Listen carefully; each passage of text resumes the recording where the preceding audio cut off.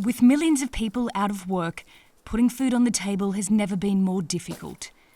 Before COVID-19, Margaret Donaghue's family of 5 managed to get by. But now, without work, they've had to accept help. Thank you very much. It's been a struggle, love, and especially with the corona because we're all vulnerable. One son is in hospital and the other is out of work. From the COVID, that was the first time I started using the food banks. And only with their help, a lot of people have been in a lot of problems. Before the pandemic started, this food bank was delivering around 70 parcels a week. That's now blown out to over 300 with food for around 800 people. But with no immediate end to the national lockdown in sight, the question is, how long will people continue to have to live like this, barely surviving? 5+ ones. So food banks like Sufra in North London are busier than ever.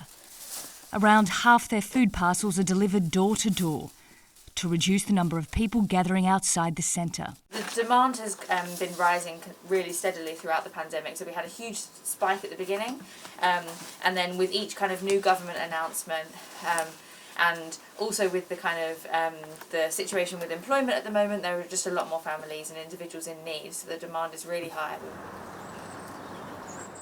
In London's Brent Council, a report has found a third of households live below the poverty line, and more than 40% of children live in poverty. It's a similar picture across the capital. Child poverty rates are higher in London than anywhere else in the country. And many people in the community know that families are suffering. We have donors sending things in to us every day almost. We get trolley loads, we get deliveries from supermarkets, we get donors bringing them in themselves, and we get all the things that we need: toiletries, sanitary products, baby products, tea, long life milk, tinned fruit and veg, and this is what we need. We're always in need of it, and we're always very, very grateful for these daily deliveries. So are the people they're helping.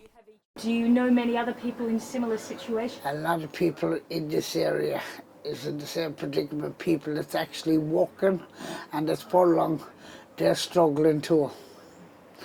And it's horrible, like, to see people that's actually gone out and paid their taxes and they're paying their rent by the time they pay their bills, etc. The people that just barely existed.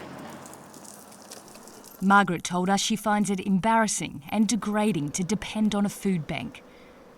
But as the lockdown drags on, what other choice does she have? Nicole Johnston, CGTN, London.